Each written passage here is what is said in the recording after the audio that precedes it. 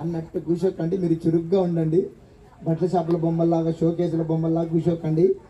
హైదరాబాద్లో కొన్ని బట్టల షాపులు ఓపెన్ చేసేటప్పుడు కొన్ని ప్లాస్టిక్ బొమ్మలు పెడతారు. దయ్యంలాగా ఇంటికి ఎరవేసి దొండపాడలాగా లిఫ్ట్ చేసి కనుబొమ్మలు సన్నగా చేసి ఇట్లా పెడతారు.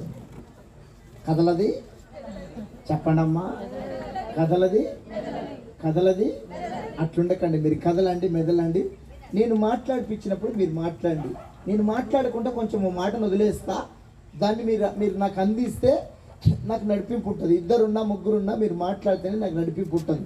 ఇక్కడ నిప్పులు మండుతున్నాయి, పరిశుద్ధాత్మ నిప్పులు మండుతున్నాయి అన్నాక అక్కడ ఎందుకు పోయినది? ఇట్లా